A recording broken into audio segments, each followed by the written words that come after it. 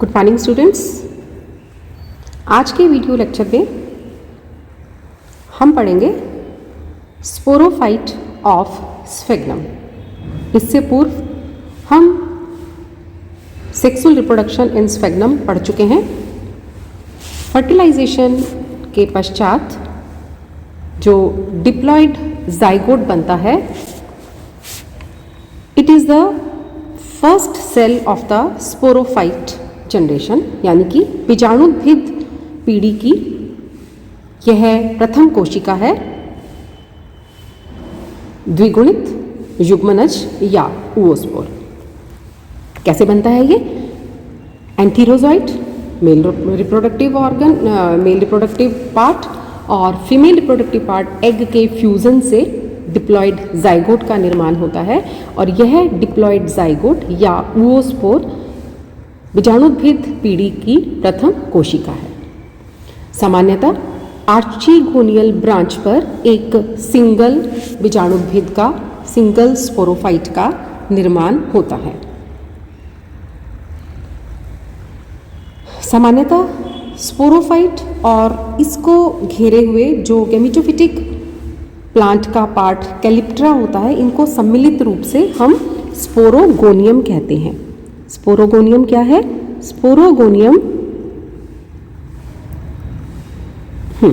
Sporogonium बीजाणुभिद तथा इसको घेरे हुए युग्मकोद्भिद भाग कैलिप्ट्रा को सम्मिलित रूप से स्पोरोगोनियम कहते हैं। इसका डेवलपमेंट किस प्रकार से होता है? निषेचन से निर्मित जो युग्मनज या जाइगोट है, यह जल्दी ही आकार में बड़ा होकर अपने चारों ओर एक वॉल सिक्रीट कर लेता है और इसके पश्चात इसमें अनुप्रस्थ विभाजन होता है, ट्रांसवर्स डिवीजन होता है, जिसके फलस्वरूप दो कोशिकाएं बनती हैं, लोअर हाइपोबेसल सेल और अपर एपीबेसल सेल। यानी कि वैसे ये हाइपोबेसल सेल लोअर साइड पे बनती है और अपर सेल जो है उसे हम एपीबेसल सेल कहते हैं। स्पोरोगोनियम स्फेग्नम की विभिन्न जातियों में जो जाइगोटिक सेल है वो या तो अलग अलग जातियों में विभाजन का जो प्रोसेस है वो अलग अलग है। हम स्पीशीज वाइज पढ़ते हैं। स्फेग्नम सबसिकेंडेटम स्पीशीज के अंदर जाइगोट में रिपीटेड अनुप्रस्थ विभाजन होते हैं, ट्रांसवर्स डिवीजन होते हैं दोनों कोशिकाओं में, जिसकी फलस्वरूप 6 to 12 सेल्ड फिलामेंटस एम्ब्रियो बनता है। एक जो तंतुमयी एम्ब्रियो का निर्माण होता है जिसमें 6 से 12 कोशिकाएं होती हैं। यानी कि हाइपोबेसल और एपीबेसल दोनों सेल्स के अंदर लगातार ट्रांसवर्स डिवीजन होते हैं सबसिकेंडेटम स्पीशीज के अंदर, और जिससे 6 to 12 सेल्ड फिलामेंटस एम्ब्रियो का निर्माण होता है। स्फेग्नम एक्यूटिफोलियम स्पीशीज में जो ट्रांसवर्स डिवीजन होते हैं वो केवल एपीबेसल सेल के अंदर होते हैं। हाइपोबेसल सेल के अंदर डिवीजन नहीं होते, ट्रांसवर्स डिवीजन नहीं होते। हाइपोबेसल सेल में वर्टिकल डिवीजन होता है और जिसके बाद फिर इर्रेगुलर डिवीजन्स होते हैं। ट्रांसवर्स डिवीजन केवल एपीबेसल सेल के अंदर होते हैं, और जबकि हाइपोबेसल सेल के अंदर पहला डिवीजन जो है वर्टिकल होगा और उसके बाद इर्रेगुलर डिवीजन्स होंगे, विभिन्न तलों में विभाजन होंगे, जिसके फलस्वरूप जो है ये जो हाइपोबेसल सेल के डेरिवेटिव्स जो हैं वो एक बल्बस पैरेनकाइमेटस फुट का निर्माण करते हैं। फिलामेंटस एम्ब्रियो की जो ऊपर की 3 से 4 कोशिकाएं हैं वो कैप्सूल का निर्माण करती है, और बाकी की जो कोशिकाएं बचती हैं बीच की, वो फुट और सीटा का निर्माण करती हैं। ठीक है, सीटा का, फुट का जो बाकी पार्ट है वो और सीटा का निर्माण करते हैं। अपर सेल्स जो ऊपर की कोशिकाएं हैं जिनसे कि कैप्सूल का निर्माण होना है, उनमें 2 वर्टिकल डिवीजन्स होंगे at right angle to each other, और जिसके फलस्वरूप एक क्वाड्रेंट स्टेज का निर्माण होता है। ये देखिए, ये डायग्राम है। ये इस डायग्राम में यहाँ पर ये oospore है, वो स्पोर में 2 सेल्स बनी, एपीबेसल और हाइपोबेसल। हाइपोबेसल से एक पैटर्न जो है वो इस प्रकार से जाता है, एपीबेसल सेल में इस प्रकार से सी पार्ट, ये डी पार्ट, फिर इसके बाद इस तरह से ये डिवीज़न इस प्रकार से होते चले जाते हैं। अब क्वाड्रेंट स्टेज में जो 4 कोशिकाएं पाई जाती हैं, इन सभी कोशिकाओं में पेरिक्लाइनल डिवीज़न होता है, जिसके फलस्वरूप एक आउटर एम्फीथीसियम का निर्माण होता है, ठीक है, और अंदर वाला पार्ट जो है वो एंडोथीसियम कहलाता है। ये देखिए, क्वाड्रेंट की सेल्स में पेरिक्लाइनल डिवीज़न होता है और इन पेरिक्लाइनल डिवीज़न से पेरिफेरल परिधीय में जो सेल्स डिफरेंशिएट होती हैं वो एम्फीथीसियम बनाती हैं और मध्य का जो पार्ट है वो एंडोथीसियम बनाता है।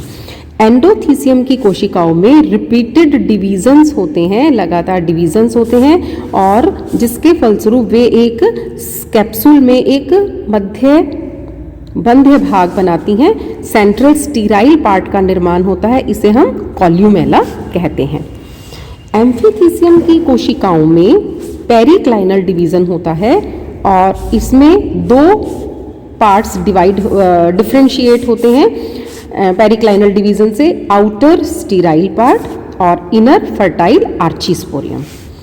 आउटर स्टीराइल पार्ट जो है उसमें फिर से पेरिक्लाइनल डिवीज़न होगा, जिसके फलस्वरूप 3 to 7 लेयर्ड कैप्सूल वॉल का निर्माण होता है। जो इनर फर्टाइल लेयर है आर्चीस्पोरियम की, वो एक कोल्यूमेला के ऊपर एक डोम शेप्ड आर्च का निर्माण करते हैं। Forms are dome shaped arch over the columella को कवर करते हुए। आर्चीस्पोरियम में जो आगे डिवीज़न होंगे वो पेरिक्लाइनल डिवीज़न होंगे, जिसके फलस्वरूप 2 to 4 लेयर्ड स्पोरोजिनस टिश्यू का निर्माण होता है और इस टिश्यू की प्रत्येक कोशिका जो है वो स्पोर मदर सेल या एसएनसी की तरह कार्य करती है और प्रत्येक स्पोर मदर सेल में मियोटिक डिवीज़न या अर्धसूत्री विभाजन के फलस्वरूप हैप्लॉइड स्पोर्स का निर्माण होता है। स्पोर्स सभी स्पोर सैक के अंदर एनक्लोज रहते हैं, बंद रहते हैं, और ये स्पोर सैक कैसे बनेगा? आसपास के स्टीराइल टिश्यू से स्पोर सैक का निर्माण होता है। ये इस प्रकार से, ये देखिए, ये एम्फीथीसियम, ये एंडोथीसियम, दिस इज एम्फीथीसियम, ये एंडोथीसियम है, और इससे फिर ये क्या होगा, ये पार्ट जो है आउटर एम्फीथीसियम है, ये इनर एम्फीथीसियम है, ये एंडोथीसियम का पार्ट है। तो इस प्रकार से ये इसकी वॉल लेयर्स बन जाती हैं। तो इस तरह से इसका डेवलपमेंट होता है। अब ये मैच्योर स्पोरोफाइट है। इस मैच्योर स्पोरोफाइट की संरचना ये इस प्रकार से है। हम पढ़ते हैं इसके बारे में। मैच्योर स्पोरोफाइट 3 भागों में विभाजित होता है। इसमें सबसे नीचे की तरफ ये बल्बस फुट पाया जाता है, ठीक है, जो कि पैरेन्काइमेटस कोशिकाओं का बना हुआ होता है और इसका मेन काम जो है हॉस्टोरियल होता है, यानी कि ये हॉस्टोरिया की तरह चूषण का कार्य करता है। ये हॉस्टोरिया की तरह चूषण का कार्य करता है।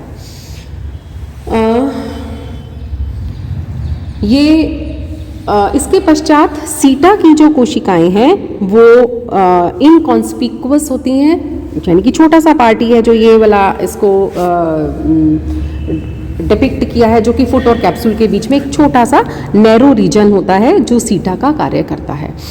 कैप्सूल एक, ये देखिए ये कैप्सूल है। कैप्सूल एक स्फेरिकल डार्क ब्राउन या ब्लैक कलर की स्ट्रक्चर है, जिसके चारों तरफ ये कैप्सूल वॉल है, ठीक है, जिसके चारों तरफ 3 to 7 layered capsule wall present होती है। आउटर मोस्ट वॉल जो है, लेयर जो है थिक वॉल्ड सेल्स की, जो कैप्सूल वॉल की जो आउटर मोस्ट लेयर है वो एपिडर्मिस कहलाती है। इस एपिडर्मिस की कोशिकाएं थिक वॉल्ड होती हैं और इनके अंदर रूडिमेंट्री या नॉन फंक्शनल जो है वो स्टोमेटा पाए जाते हैं। सेल्स बहुत पास अरेंज होती हैं और इन सेल्स के अंदर क्लोरोप्लास्ट पाया जाता है। इन सेल्स के अंदर क्लोरोप्लास्ट पाया जाता है। और इनके अंदर और क्या चीज़ है, इनमें नॉन फंक्शनल या रूडिमेंट्री स्टोमेटा पाए जाते हैं। ये दो चीज़ों की उपस्थिति यानी कि रूडिमेंट्री स्टोमेटा और क्लोरोप्लास्ट की उपस्थिति कैप्सूल वॉल के अंदर जो ये पाए जाते हैं, ये शो करते हैं इसकी प्रकाश संश्लेषी क्षमता को, कि स्पोरोफाइट जो है वो प्रकाश की उपस्थिति में अपने भोजन का निर्माण स्वयं कर सकता है। मतलब स्फेग्नम के एंसेस्टर्स को डिपिक्ट करता है ये। एक सर्कुलर, ये देखिए circular biconvex disc shaped structure lid जो है, ये वाला देखिए, ये वाला इस शेप के अंदर circular biconvex disc shaped lid पाया जाता है कैप्सूल के एपेक्स पर। इसे हम ऑपरक्यूलम कहते हैं, जो कि रेस्ट ऑफ द कैप्सूल से एक छोटे से पार्ट से, जैसे हम एन्यूलस कहते हैं, उससे अलग होता है। एन्यूलस के पार्ट के अंदर थिन वॉल्ड सेल्स होती हैं और मैच्योरिटी पे ऑपरक्यूलम जो है वो इस एन्यूलस के पार्ट से टूट जाता है और जिससे कि स्पोर्स जो है वो बाहर हवा में डिस्पर्स हो जाते हैं। कैप्सूल का सेंट्रल पार्ट, वो सेंट्रल पार्ट जो है वो स्टीराइल सेल्स का बना हुआ होता है। इस पार्ट को हम कॉल्यूमेला कहते हैं। स्पोरोजिनस टिश्यू, यहाँ पर ये देखिए, ये है कॉल्यूमेला का पार्ट और ये जो है आर्च बनाता है, ये वाला पार्ट जो है, it forms dome shaped arch over the columella. ये कॉल्यूमेला है, स्टीराइल पार्ट है, इसके ऊपर जो स्पोरोजिनस टिश्यू है वो एक आर्च के रूप में प्रेजेंट होता है। यंग स्पोरोफाइट पूरी तरह से प्रोटेक्टेड होता है कैलिप्ट्रा और पेरिचिटियम से। किससे? कैलिप्ट्रा और पेरिचिटियम से प्रोटेक्टेड होता है, परंतु जब स्पोरोफाइट मैच्योर हो जाता है तो ये आर्चिगोनियल ब्रांच इलोंगेट्स, लंबी हो जाती है। ये कैप्सूल को इन प्रोटेक्टिव कवरिंग से बाहर की तरफ धकेलती है। आर्चिगोनियल ब्रांच का जो इलोंगेटेड और लीफलेस एक्सिस है जो स्पोरोफाइट के बेस पर पाया जाता है, वो स्यूडोपोडियम का निर्माण करता है। This is स्यूडोपोडियम। स्पोरोफाइट के आधार पर जो आर्चिगोनियल ब्रांच पाई जाती है उसका लीफलेस एक्सिस स्यूडोपोडियम का निर्माण करता है, जो कि फर्टिलाइजेशन के पश्चात बनता है। स्यूडोपोडियम के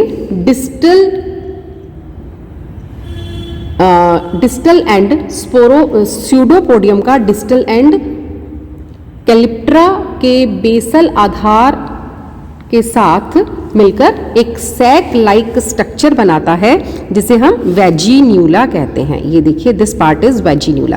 वेजिन्यूला किसे बनेगा? स्यूडोपोडियम, ठीक है, डिस्टल एंड ऑफ स्यूडोपोडियम यानी कि ऊपर वाला हिस्सा उसका, और साथ में कैलिप्ट्रा का बेसल पार्ट, ये दोनों मिलकर सैक लाइक स्ट्रक्चर बनाते हैं, जिसे हम वेजिन्यूला कहते हैं। इस वेजिन्यूला के हिस्से में स्पोरोफाइट का फुट एम्बेडेड रहता है, यानी कि उसको ये होल्ड करके रहता है। तो इस प्रकार से ये वेजिन्यूला स्यूडोपोडियम के डिस्टल एंड और कैलिप्ट्रा से बनता है। इसमें फुट पाया जाता है। फुट जो एम्बेडेड रहता है, ये फुट का वाला पार्ट है। सीटा का पार्ट जो है वो कॉन्स्पिक्विस होता है। कैप्सूल की वॉल्स पाई जाती हैं। वॉल्स में एपिडर्मिस में जो इस प्रकार से थिकनिंग्स प्रेजेंट होती हैं, और स्टोमेटा भी पाए जाते हैं, और क्लोरोप्लास्ट भी होता है। तो ये चीज़ें जो ये शो करती हैं photosynthetic activity. Central sterile part जो है वो कॉल्यूमेला होता है। कॉल्यूमेला के ऊपर arch shaped sporogenous tissue present होता है, और इस स्पोरोजिनस टिश्यू में आगे चल के स्पोर सैक्स में स्पोर्स और लिटर्स का निर्माण होता है। अब ये इसकी मैच्योर स्पोरोफाइट की एक स्ट्रक्चर है। अब डेहिसेंस कैसे होता है? डेहिसेंस ऑफ कैप्सूल, ये देखिए, ये ऑपर्क्यूलम है, ये स्पोर सैक है, ये पार्ट कॉल्यूमेला है और ये किस प्रकार से होता है आइए पढ़ते हैं। Dehiscence of capsule. एक संपुटिका का स्फुटन स्पोर्स के मैच्योर होने पर एक सनी डे पे एक स्पेशल विस्फोटी क्रियाविधि या एक्सप्लोजिव मैकेनिज्म से होता है। सनी डे है, धूप तेज है, तो संपुटिका कैप्सूल की जो वॉल और कॉल्यूमेला ये दोनों चीज़ें जो है वो ड्राई हो जाती हैं, ड्राई अप हो जाती हैं, सूख जाती हैं। तो कॉल्यूमेला के सूखने पर जो स्पोर सैक के नीचे का हिस्सा है वो एक एयर स्पेस में क्रिएट हो जाता है। उसके बीच में ये देखो ये पार्ट, ये कॉल्यूमेला है, यहाँ पर एयर स्पेस जो है वो क्रिएट हो जाता है और इस एरिया के अंदर एयर जो एपिडर्मिस में जो स्टोमेटा पाए जाते हैं, जो नॉन फंक्शनल स्टोमेटा है, उनके थ्रू जो है एयर यहाँ कॉल्यूमेला और इसके बीच में स्पोर सैक के बीच में जो स्पेस है वो एयर स्पेस जो क्रिएट हो जाता है, यहाँ पर ये हवा भर जाती है। तो कैप्सूल की वॉल ड्राई होने के बाद वो सिकुड़ जाएगी और क्योंकि कैप्सूल जिससे कैप्सूल जो है वो एक सिलिंड्रिकल शेप ले लेता है। एयर स्पेस में एयर के बाहर निकलने का कोई रास्ता नहीं होता, इसलिए कैप्सूल के सिकुड़ने से उसके अंदर एयर का प्रेशर बढ़ जाता है। इस प्रेशर के बढ़ने से कैप्सूल के टॉप पर एक एन्युलस की जो सॉइल सेल्स होती हैं, जो कि थिन वॉल्ड सेल्स हैं, वो टूट जाती हैं और ऑपर्क्यूलम जो है इस प्रकार से टूटकर उड़कर दूर चला जाता है। ऐसी अवस्था के अंदर स्पोर सैक में जितने भी स्पोर्स प्रेजेंट होते हैं वो एयर प्रेशर के कारण तेज़ गति से बाहर निकलते हैं। इस मेथड को हम एयर गन मैकेनिज्म भी कहते हैं। इस मेथड को हम एयर गन मैकेनिज्म भी कहते हैं। विस्फोटी कार्यविधि, क्रियाविधि या फिर वायु अग्नेयस्त्र विस्फोटन विधि या एयर गन मैकेनिज्म भी कहते हैं। हैप्लॉइड स्पोर्स जो कि गैमेटोफिटिक जनरेशन की प्रथम कोशिका होते हैं वो रिलीज हो जाते हैं। स्पोर्स टेट्राहेड्रल टेट्राड्स के अंदर व्यवस्थित हैं और इनमें एक सुस्पष्ट ट्राई रेडिएट रिज पाया जाता है। स्पोर के चारों तरफ जो वॉल है वो स्मूथ भी हो सकती है, रफ भी हो सकती है, पैपिलोज भी हो सकती है, जिसके अंदर आउटर लेयर को हम एक्सोस्पोर बोलते हैं और इनर लेयर को हम एंडोस्पोर बोलते हैं। तो इस तरह से ये बाहर की तरफ निकल आते हैं। नाउ बाहर निकलने के पश्चात किस प्रकार से जर्मिनेशन होता है। स्फेग्नम के स्पोर्स कुछ समय तक रेस्ट पीरियड में चले जाते हैं।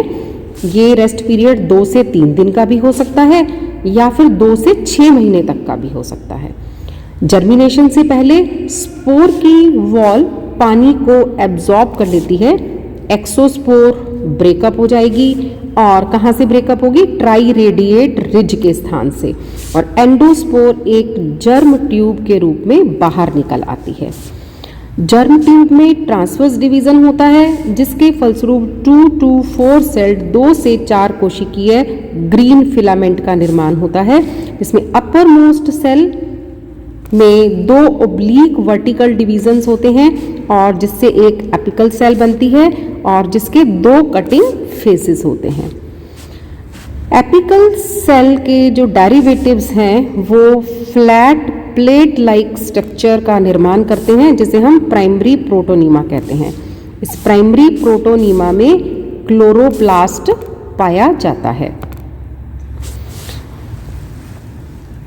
कुछ समय के पश्चात एपिकल सेल अपनी एक्टिविटी को, अपनी क्रियान्विता को खो देती है और जो प्राइमरी प्रोटोनीमा की मार्जिनल सेल्स हैं वो मेरिस्टेमेटिक हो जाती हैं और ये फिर सेकेंडरी प्रोटोनीमा का निर्माण करती हैं जिसमें लीफी राइजोइड्स पाए जाते हैं और लीफी बड्स पाए जाते हैं। इस प्रकार से ये बड्स जो हैं नए प्लांट बॉडी गैमेटोफोर का निर्माण करते हैं। इस प्रकार से स्पोर्स से के जर्मिनेशन से नई प्लांट बॉडी का निर्माण होता है। तो this is all about sporophyte of स्फेग्नम। इसके साथ ही ब्रायोफाइट्स का हमारा ये स्फेग्नम का मेंबर जो है ये भी यहाँ पर कंप्लीट हो गया है। इसके पश्चात शॉर्ट टॉपिक्स हैं जिनकी मैं पीडीएफ आपके साथ शेयर करूँगी।